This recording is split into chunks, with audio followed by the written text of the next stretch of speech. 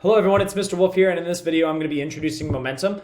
Before we do that though, I want to make sure that we get situated in terms of what you'll be completing today. So your goal is to complete page 6, and there's 4 questions, but make sure that you answer the warm-up questions right up here, and then there's also going to be a wrap-up that's part of the slides. Make sure to answer those questions right here. When you're done, just take a picture of it and submit it to Canvas. It'll be under Modules, Unit 5 Momentum, and you'll submit the assignment there. All right, so remember the warm-up where it was these 3 questions right here. Just give it your best prediction based on your prior knowledge, and you'll write those right at the top right here. And then as we go through our introduction on momentum, think if your predictions were correct, incorrect. Would you revise them in any way? All right, so let's talk about momentum. This is what our Unit 5, our first unit of second semester is going to be on. And you've probably heard of momentum before, and you've probably said it just normal talking, whether it's maybe talking about a sport, or let's say someone is on a bike, and even though they're done pedaling, you might say, oh, they still have a lot of momentum.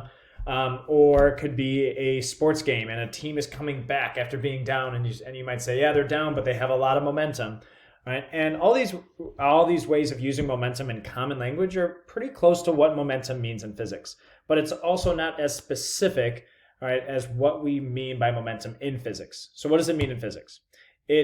For me, I like to say that it's the oomph an object has, right? The more specific way of saying it is its mass and motion. Specifically, it's mass times velocity. So that's our equation, P equals mv. P is kind of a weird way to describe momentum. That probably just comes from when it was first derived in Latin. That's what the P represents, but P is momentum in physics. And n, just like first semester, is mass, and velocity is v. Now, remember, our units for mass are kilograms, and our units for velocity are meters per second. And the units for momentum, all right, and this happens with any physics equations, the units on one side of the equation are actually always going to equal out the units on the other side of the equation, and there's not going to be a fancy new variable for momentum. We literally just combine these two, kilograms and meters per second on one side, and that's exactly what the units are on this side, but just together. So a momentum is kilogram meters per second. Let's look at an example of how we might apply this equation. So let's say we have a hockey puck that's already gliding on the ice, so it already has momentum. It has mass and it has velocity. So if I want to figure out what this momentum actually is, well, my mass is 0.05 kilograms, I put that in, and my velocity is 20 meters per second, but notice it's going to the left. And so direction matters when we're talking about momentum, just like it does with our force equations or our kinematic equations from first semester. So when we do the math on this, we get that our momentum is equal to -1, right? Because negative number right here. And then remember, our units are kilogram meters per second. All right. So that's how we can figure out the object of that hockey puck at that point in time. Now, let's say that hockey puck is traveling towards someone's puck, towards someone, and they hit it with their stick, and now it reverses direction and it's going a different speed. So I could calculate the new momentum now. All right. I'm going to use the exact same equation. The hockey puck has the same mass, so 0.05 kilograms multiplied by the new velocity, which is 30 meters per second. Notice it's going to the right now, and so I don't need to worry about putting a negative there, just a positive 30. And then my final answer is 1.5 when I do the math on this, kilogram meters per second. But make sure you put a plus there or an arrow going to the right just to specify its direction, whether it's going left or right. In this case, it's going right. All right, so that's momentum in a nutshell. But to be honest, momentum just at specific instances of time, not really interesting. What's interesting is how objects start changing their momentum due to applying a force or things like that. So here I have the same problems that we solved up here, but now we're going to go a little bit further down. What's happening in between where this object had some momentum and then it changed its momentum? What caused that? How could we model it? How could we solve what was going on when it changed its momentum?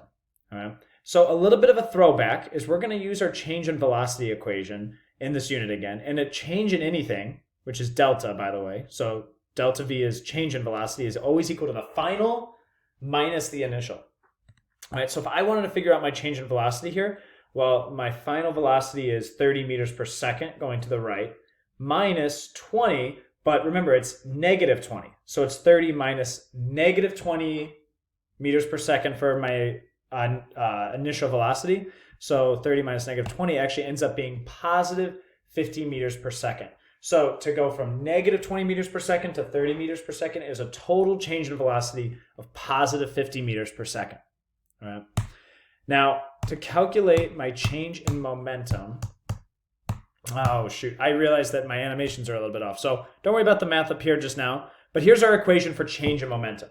So change in momentum, so delta P, right? Delta means change. So change in momentum is equal to my mass times change in velocity. Now, the reason why we don't put like a delta M is because the mass doesn't change, right?